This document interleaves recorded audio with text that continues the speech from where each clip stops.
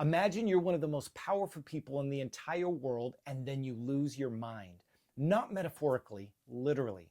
You see, that's exactly what happened to King Nebuchadnezzar. At one moment, he's ruling the biggest and baddest empire, and the next, he's on all fours eating grass like a wild animal.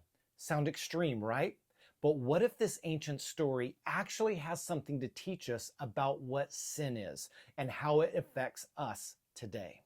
Nebuchadnezzar was the king of Babylon, the biggest and baddest empire of its time. He had everything: power, wealth, and a city that was considered one of the wonders of the ancient world. But that wasn't enough.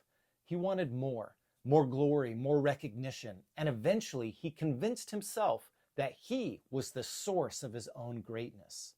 Then, in a single moment, it all crumbled. He looked at his kingdom and said, "Look what I have built." And instantly he lost his sanity.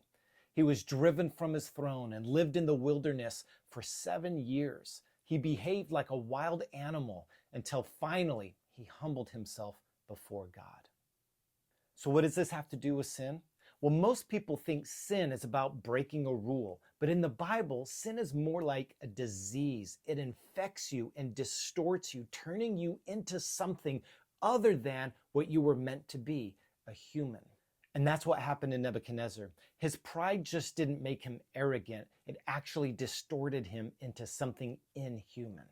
But here's the good news. When he finally acknowledged the error of his ways, he actually was restored back to his sanity. And that's the thing about sin. Sin isn't something that we just avoid so that we don't burn in hell. Sin is something we avoid because when we sit in it for too long, it actually turns us into something we were never meant to be: non-human.